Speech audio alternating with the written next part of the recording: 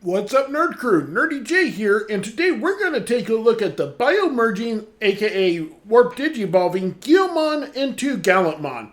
Without further ado, cue the intro!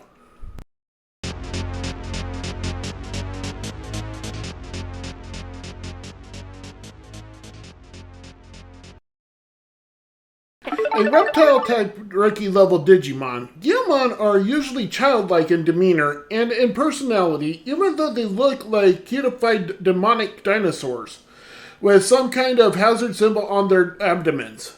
That hazard symbol is actually a digital hazard symbol, because not only being a virus-type Digimon, but also in the split second their mentality changes, lashing out and destroying anything in sight, causing huge amounts of damage before going back to being childlike and curious once again, just as fast.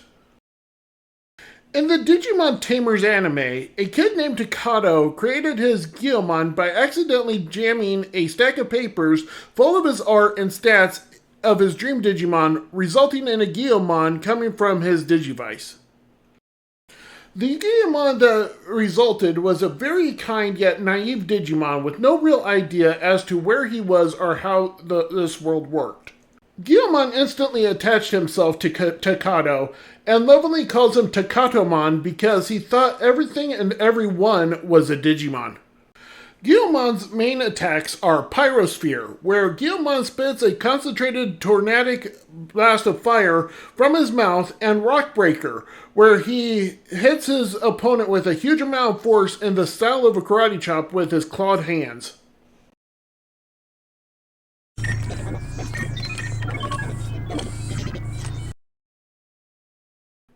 Before we begin the Digivolution process, let's go through some of the things that he comes with, and then his articulation. First, the toy comes with a shield that also acts as a display base, just by pegging it on, like such. And he comes with a cape, so that'll come. Both of those will come later, but I thought I should mention it. And then for articulation, in this mode, he's got a slight swivel in the head. He's got arms that can go up. I think they could go 360. Yeah. And down at the elbow. Nothing really at the wrists. I guess you can rotate them a little bit. And then nothing really much at the legs. He does have a ball joint in his ankle, but that's just mainly so he can sit and pose. Another thing about this figure is I got this secondhand off of eBay, and someone has customed him. So I don't know what's all been custom, what hasn't. I know that everything gold was originally yellow. And that the feet here were supposed to be pure red, except for the toes, which were supposed to be yellow too. Because you could tell that there's some yellow here, there's a yellow in there, so. The legs can move, but the problem is if you move them too much, the tail will come off because they are just pegged into the tops of his legs. And it doesn't even fully connect, technically. There's this, really big gap right here. So you pull that off, come to the side. And then I'll start with the feet. So I push up the I don't know what you would call these, the knees of the mode. So push those all the way up until they snap into place.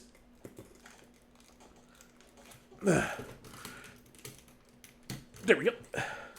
Then you pull down the feet, and they're supposed to stay on their ball joints when you do that because there's no other clearance because of these side panels here. Just rotate them 180 and then push up the feet again. So that's how they're supposed to look when you pull them off. And do that. Then you come down to the bottom of the feet, pull up the center toe, pull up, rotate in the back claw. Yeah, there's this, due to age, and I just don't know how this person took care of it, really. That's why I have a lot of issues right now. So just flip that up. Pull down the legs. And what's supposed to happen is it's just supposed to go like that. Problem is that this joint is loose, that there's a shaft in here and it's loose, so the whole leg kind of comes down at times. When you're just supposed to have them like that. So that's how it's supposed to look. So then you come and flip out the paws, rotate the inner arm, and then rotate the hand 180. Come to the panel here and slightly rotate, for now, the guards. Come up and bring this up, and then bring in the claw. Rotate 180, put the claw in, put this panel up, then just rotate all these side panels to form the side guards. Rotate this on the ball joint, and then just put it on the shoulder. And while you're at it, pull down the waist, so it extends. And do the same thing on the other side. Just rotate, rotate. Oops. These are all on ball joints too, so tolerance will be a thing. Rotate, bring back down. Then just rotate these so that the gold is showing instead of the red. Rotate again, bring up. Now, fold the shoulders out just a little bit. Come in here, pop open the chest, bring out the ponytail, then rotate 180 Guilmon's head, bring down Guilmon's head. There are a couple pegs and peg hole connections that you will have to stretch out. Now, it is the kind of plastic that is soft, so it can stretch. And then Guilmon's head will just go down into the cavity. And then you just put the chest plate back up. Then get everything situated again. Make sure that the spike is pointed up. Bring down the ponytail onto his back. And now you stretch out the telescopic lance. Put it into the hand. Like so. It covers. Then you come to the shield display thing. Pop out the cape. Stretch it down on its sliders. Bring up. Oops. There we go. Bring up the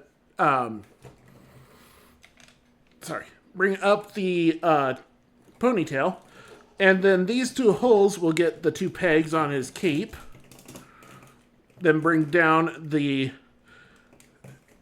ponytail again, and then you just slide the hand into this cavity on this side.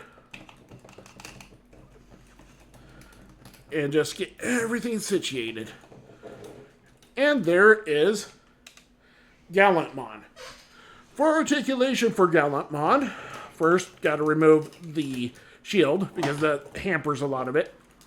So for the articulation, head slightly swivels, but it is blocked mainly because of the thing that makes Guilmon's head go into the cavity. For his shoulders, he's got elbows. And he's got shoulder, but then it gets blocked by the cape. These can be positioned however you want. Rotation in the wrists. Waist rotation. And I think Guilmon might have that in that mode. Let me check. And it's tighter, but he does have it. Legs can go up like that. Knees can bend a little. And then he's got the foot articulation. And yeah, this can swivel if you want it because it's on that wrist. So, get everything back on him that fell off. And then just place on the shield again.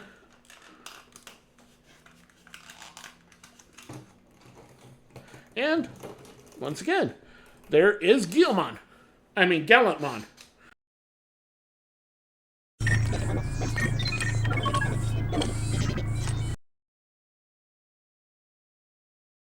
A holy warrior type Digimon, Gallantmon happens to belong to a group called the Royal Knights.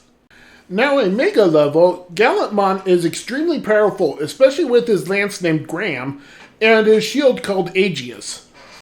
In Digimon Season 3, also known as Tamers, Guilmon merged with Takato when a Mega level Digimon named Beelzemon showed up. Whenever Guilmon merges with Takato, they talk in unison, creating a cool vocal effect.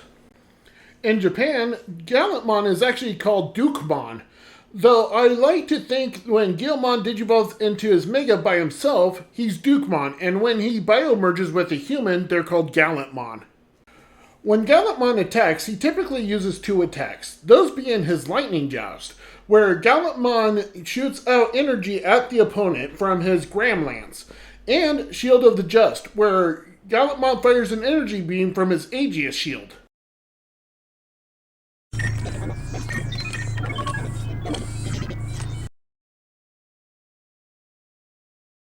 I hope you enjoyed this review of Guilmon that warp digivolves into Gallantmon, or biomerges.